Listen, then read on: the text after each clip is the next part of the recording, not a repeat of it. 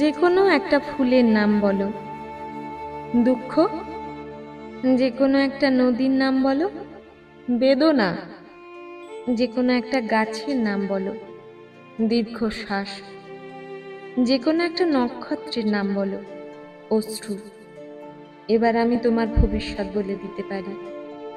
বলো, খুব সুখী হবে জীবনে।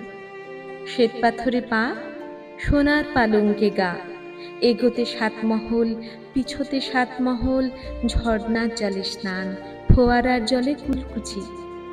তুমি বলবে সাজবো, বাগানে মালিনীরা গাঁথবে মালা, ঘরে দাসীরা বাটবে চন্দন।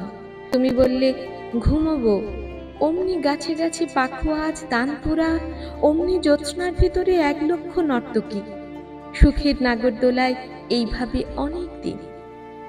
তারপর বুকের ডান পাজরে গর্ত খুঁড়ে খুঁড়ে রক্তে রাঙা মাটির পথে সুড়ঙ্গ কেটে কেটে একটা সাপ, গায়ে বালুচুরির নকশা, নদীর বুকে ঝুঁকে পড়া লাল গোধূলি তার চোখ, বিয়েবাড়ির ব্যাকুল নহবত্তার হাসি, দাঁতে মুক্তোর দানার মতো বিষ। পাকে পাকে জড়িয়ে ধরবে তোমাকে, যেন বটের শিকড়, মাটিতে ভেদ করে যায় আলিঙ্গন।